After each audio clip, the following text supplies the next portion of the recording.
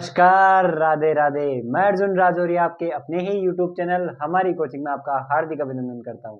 प्यारे विद्यार्थियों, आज हम बात करने वाले हैं एक और इम्पोर्टेंट चैप्टर के बारे में जो इस बार बोर्ड एग्जाम में आपके आएगा। ये जो एक चैप्टर है वो टोटल 6 नंबर का आने वाला है। तो प्यारे विद्यार्थियों, आज का जो अपना चैप्टर रहेगा, चैप्टर है समांतर श्रेणी। क्या है बताओ? समांतर श्रेणी। ये जो समांतर श्रेणी है ये टोटल एग्जाम में कितने नंबर का आएगा? 6 नंबर का। इसमें से आपके छोटे क्वेश्चन भी आएंगे और बड़े क्वेश्चन भी आएंगे। अब किस किस प्रकार से क्वेश्चन आएंगे, इसके कौन कौन से कंसेप्ट है, उनके बारे में अपन आज विस्तार से पढ़ेंगे। आज इसका बेसिक कंसेप्ट है। तो देखिए, समांतर श्रेणी होती क्या है। सबसे पहले मान लो आपके पास में ऐसी कोई श्रेणी दी हुई है, जैसे 2 3 4 5 6 और आगे तक इसको अगर बढ़ाते रहे तो ये क्या बनती है? एक श्रेणी बनती है। अब समांतर श्रेणी में होता क्या है, देखो, जो आपके ये पद है इनका अंतर क्या होना चाहिए? समान होना चाहिए। इसी को अपन क्या कहते हैं? समांतर श्रेणी कहते हैं। अब समांतर श्रेणी की क्या विशेषताएं हैं, देखिए। जैसे मैंने एक और समांतर श्रेणी लिखी, जैसे मान लो आपके पास में है 2 4 6 8 10, ऐसे मैंने क्या लिख दी? एक समांतर श्रेणी लिख दी। इस समांतर श्रेणी की जो पहली संख्या होती है इसको हम क्या कहते हैं? प्रथम पद। इसको क्या कहते हैं? प्रथम पद। या इसको किसके द्वारा लिखते हैं अपन? ए के द्वारा लिखते हैं। इसी के अलावा आपके पास में जो दूसरा होता है इसको हम क्या कहते हैं? द्वितीय पद। इसको क्या कहते हैं? द्वितीय पद। या इसको किसके द्वारा लिखते हैं? A2 के द्वारा। इसी प्रकार ये होता है A3, ये होता है A4 और आगे चलते चलते जो लास्ट वाली संख्या होती है उसको हम क्या कहते हैं? AN कहते हैं। अब इसमें क्वेश्चन क्या क्या पूछा जाएगा? आपसे दिया जाएगी एक समांतर श्रेणी और पूछेगा कि इसका प्रथम पद क्या है। तो आप कैसे बताओगे? देखिए, अगर आपको प्रथम पद पूछे तो आप बता देना जो पहली संख्या है वही उसका क्या होगा? प्रथम पद होगा।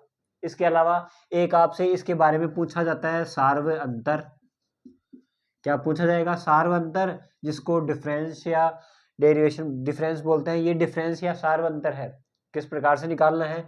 तो डिफरेंस या सार्व अंतर का फॉर्मूला होता है आपके पास में A2 माइनस A1, या वैसे अपन क्या कह सकते हैं? इसको कह सकते हैं अगला पद माइनस पिछला पद।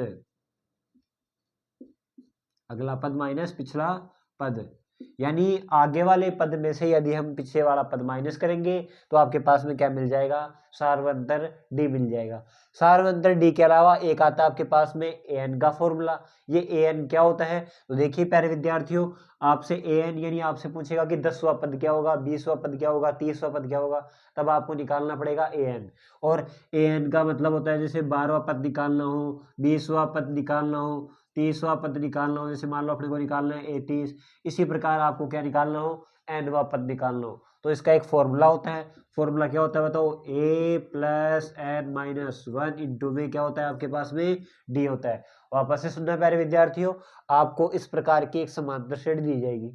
इस समांतर श्रेणी में आपके पास में जो पहली संख्या होगी उसे हम कहेंगे प्रथम पद, दूसरी संख्या को कहते हैं द्वितीय पद, और इसी प्रकार चलते चलते जो 20वीं संख्या उसको 20वां पद, 30वीं संख्या को 30वां पद, और जो nवें नंबर पे आएगी उसको क्या बोलेंगे? nवां पद या an। प्रथम पद को अपन a के द्वारा या A1 के द्वारा लिखते हैं।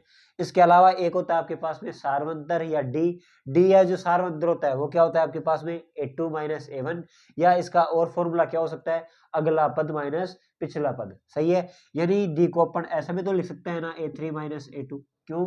क्योंकि मैंने अभी बताया अगले पद में से कौन सा पद घटाना है? पीछे वाला पद घटाना है। तो वो क्या हो जाएगा आपके पास में? सार्व अंतर। आगे प्यारे विद्यार्थियों बात करते हैं, तो आगे के जो क्वेश्चन होंगे वो किस प्रकार से आएंगे, क्या है इसका बेसिक, देखते हैं। हाँ तो प्यारे विद्यार्थियों, जैसा कि हम देखते हैं, मान लो कि आपको कोई क्वेश्चन दिया हुआ है, कोई समांतर श्रेणी है, जैसे आपको दी हुई है 3, फिर कितनी दी हुई है इसके बाद में 5 7 9 और आगे तक आपको दे रखी है। जैसे मान लो इसका 10वां पद क्या होगा? सही है। या तो आपसे पूछेगा कि इसका 10वां पद क्या होगा, तब देखिए आपको कैसे निकालना है। मैंने आपको अभी एक फॉर्मूला बताया है, 10वां पद निकालना हो, 20वां पद निकालना हो, चाहे 30वां पद निकालना हो, आपको करना क्या है? देखिए, सबसे पहले आपको इसमें निकालना है प्रथम पद। तो देखिए, यदि मैं यहाँ से देखूं तो आप बताओ मेरे को प्रथम पद, और प्रथम पद को अपन क्या बोलते हैं बताओ? ए। प्रथम पद आपके पास में कितना होगा बताओ? 3, या पहली संख्या क्या बोलते हैं अपन? प्रथम पद। आगे हम देखें तो एक हम निकालते हैं, क्या बताओ, सार्वअंतर। सार्वअंतर को अपन क्या बोलते हैं, डी। और डी में बताओ कैसे निकाला जाता है, मैंने बताया था आपको, अगला पद माइनस पिछला पद। अगला पद क्या मान लिया, a2 माइनस a1। यहां से देखें a2 का मतलब होता है दूसरी संख्या, वो कितनी है, 5। a1 का मतलब पहली संख्या, वो कितनी है, 3। 5 में से 3 माइनस करेंगे तो कितना आएगा बताओ आपके पास में, 2। तो इसका सार्वंतर कितना होगा, 2। और इसमें टोटल कितना पद है, बोल रहा है 10वां पद निकालना है, मतलब 10वें नंबर का। तो नंबर से आपको याद रखना है कि n बराबर में आपके पास में कितना आ गया बताओ, 10। n का मान 10 है, a का मान 3 है, और सार्वंतर कितना है, d।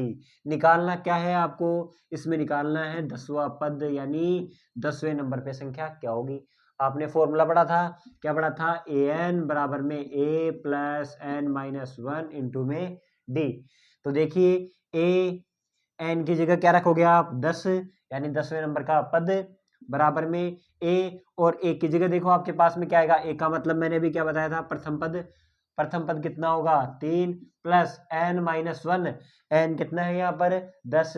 तो आप लिखोगे 10 माइनस 1 इंटू डी। डी कितना आया था तो आपके पास में सार्वंतर, और सार्वंतर कितना आ गया आपके पास में, 2। तो आप 10वां पद किस प्रकार निकालोगे, देखो ये तो आ गया 3, 9 में सॉरी 10 में से 1 गया तो कितना बच गया, 9 इंटू 2। 9 को आप कितने से गुणा करोगे, 2 से। 9 दूनी 18, और 18 में यदि मैं 3 को जोड़ता हूं तो कितना आ जाएगा आपके पास में, 21। इस प्रकार मैं कह सकता हूं कि इसका 10वां पद क्या होगा, 21। अगर आपके पास में एग्जाम में आए क्वेश्चन कि इसका 10वां पद क्या होगा, तो आप इस प्रकार से कर सकते हो। 20वां पद पूछे, 30वां पद पूछे, आप आराम से कर सकते हो। अब नेक्स्ट टाइप का क्वेश्चन किस प्रकार से होगा देखते हैं प्यारे विद्यार्थियों। अब आगे देखते हैं एक आपसे क्या क्वेश्चन किया जाता है, या क्या कौन सा बेसिक है जो काम में आने वाला है। तो आपको बता दूं मैं, एक आपके पास में होता है समांतर श्रेणी की जांच। बताओ किसकी जांच करेंगे अपन, समांतर श्रेणी की जांच। ये जांच क्या है, आपसे कोई क्वेश्चन करे कि ये समांतर श्रेणी होगी या नहीं होगी। जैसे मान लो मैं आपको कोई क्वेश्चन देता हूँ, या आपको कोई क्वेश्चन दिया हुआ है, जैसे कितना है बताओ, 2, फिर उसके बाद में आ गया 5, फिर उसके बाद में आ गया 10, उसके बाद में आ गया आपके पास में 15, उसके बाद में आ गया बताओ आपके पास में कितना, 17। ये कोई समांतर श्रेणी दी हुई है, और आपसे पूछा जाएगा कि क्या ये कोई समांतर श्रेणी है या नहीं है। जब है या नहीं है की जांच करनी हो, तब आप क्या करोगे, देखो आपको समांतर श्रेणी की जांच करनी है, तो आप इसमें दो चीज निकालोगे, एक तो निकालोगे आप d1, और एक क्या निकालोगे आप, d2। यदि d1 बराबर है d2 के, तब तो वो क्या होगी, समांतर श्रेणी होगी।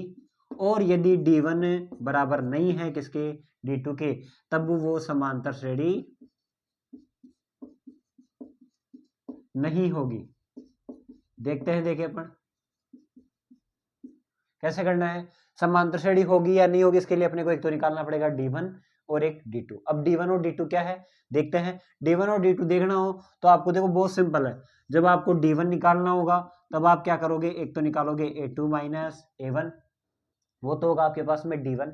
देखते हैं यहां से बताओ, a2 या मतलब दूसरी संख्या कितनी है, 5। a1 मतलब पहली संख्या कितनी है आपके पास में, 2। 5 में से 2 कट करेंगे तो आपके पास में कितना आएगा, 3। यानी d1 का मान तो कितना आ गया, 3 आ गया। इसी प्रकार जब d2 का मान निकालेंगे अपन, d2 का मान निकालेंगे तो आपको फॉर्मूला याद रखना है। इसके लिए आप कर सकते हो a3 माइनस a2।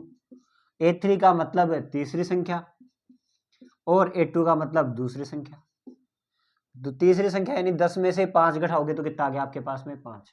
बताइए प्यारे विद्यार्थियों, d1 का मान तो था आपके पास में 3, और d2 का मान कितना है अपने पास में, 5।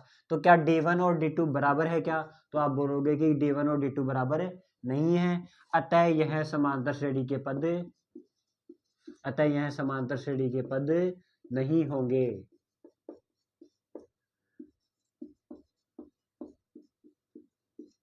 नहीं होंगे। इस प्रकार से आप कर सकते हो। नेक्स्ट टाइप का जो क्वेश्चन है वो किस प्रकार से होगा प्यारे विद्यार्थियों। और दो फॉर्मूले क्या क्या बच रहे हैं उनके बारे में और पढ़ते हैं। तो सबसे पहले आपके पास में आता है समांतर श्रेणी का योगफल। एक तो आपके पास में क्या आता है बताओ, समांतर श्रेणी का योगफल। अब योगफल से संबंधित क्वेश्चन कैसे पूछा जाएगा, आपको दी जाती है एक समांतर श्रेणी और कहा जाता है कि 10 पदों का योगफल क्या होगा, 20 पदों का योगफल क्या होगा। तो बता दो, देखो आपके पास में कैसे एक समांतर श्रेणी दी जाएगी। मान लो आपके पास में दी गई है कोई समांतर श्रेणी, जैसे मान लो है 5, 7, 9, 11 और आपसे कह दिया कि 11 पदों का योगफल।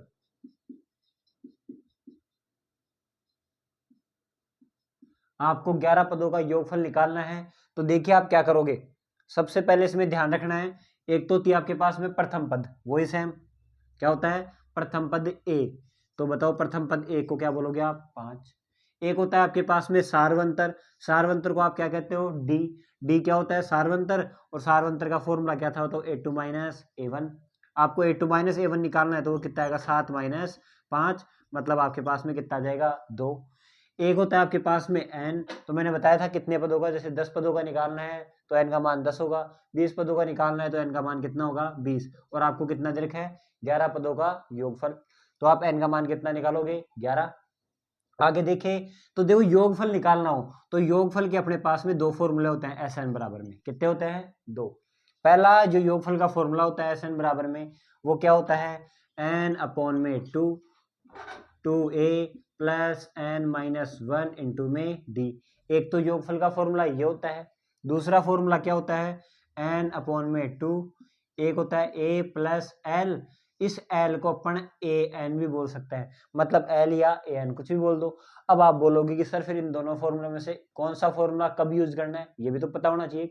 तो देखिए जब आपको डी का मान पता हो, एन का मान पता हो, ए का मान पता हो और एन का मान पता हो, तब तो आप क्या करोगे, कौन सा फॉर्मूला यूज करोगे, ये एस एन वाला बड़ा फॉर्मूला। और जब आपको अंतिम पद यानी लास्ट का पद पता हो, ए एन का मान पता हो, प्रथम पद पता हो और एन का मान पता हो, किसका मान पता नहीं हो, डी का मान पता नहीं हो, तब आप कौन सा फॉर्मूला लगाओगे, ये वाले फॉर्मूले से सोल्व कर सकते हो। अब देखिए आप क्या करोगे, जैसे इस फॉर्मूले में आपको इन वैल्यूज को क्या करना है, पुट करना है और आंसर निकालना है। सबसे पहले देखिए एस एन, तो आप लिखोगे एस एन की जगह कितना पुट करोगे आप, 11 बराबर में एन की जगह कितना, 11 अपॉन में 2, यहाँ पर कितना आएगा 2 इंटू ए, तो ए का मान कितना है बताओ, 5, और 5 को अपन जैसे ही 2 से गुणा करेंगे मतलब 2 इंटू ए मतलब 2 इंटू 5, प्लस आगे कितना होगा एन माइनस 1, एन माइनस 1 का मतलब होगा 11 माइनस 1 इंटू डी। तो डी आपके पास में कितना आया था बताओ, 2। तो आप डी की जगह कितना पुट कर दोगे, 2 रख दोगे। इसको सोल्व करते हैं, ये आएगा 11 बटे में 2, कितना हो जाएगा, 2 पंजे 10, प्लस 11 में से 1 गए तो कितना बच गया, 10, और 10 को 2 से गुणा करेंगे तो 20। 20 और 10 कितने हो गए आपके पास में, 30 हो गए क्या। 30 को आप 2 से काटोगे तो कितना आएगा आपके पास में, 15, और 15 को यदि आप 11 से गुणा करते हो तो आपके पास में आंसर कितना आएगा, 165। मतलब अगर मैं इन सबको योगफल करता हूँ और कितने पदों तक करता हूँ, 11 पदों तक, तो इसका योगफल कितना आएगा, 165। इसके अलावा आपके पास में एक और क्वेश्चन पूछा जाता है, वो किस प्रकार से पूछा जाएगा, आपसे कोई भी समांतर श्रेणी दी जाएगी, मान लो दी गई है 3, फिर यहाँ पर खाली स्थान दिया जाएगा, और फिर आगे जैसे मान लो आपके पास में कितना आ गया, ये संख्या दे रखी है 7, आपसे कहा जाएगा कि बीच वाली संख्या क्या होगी।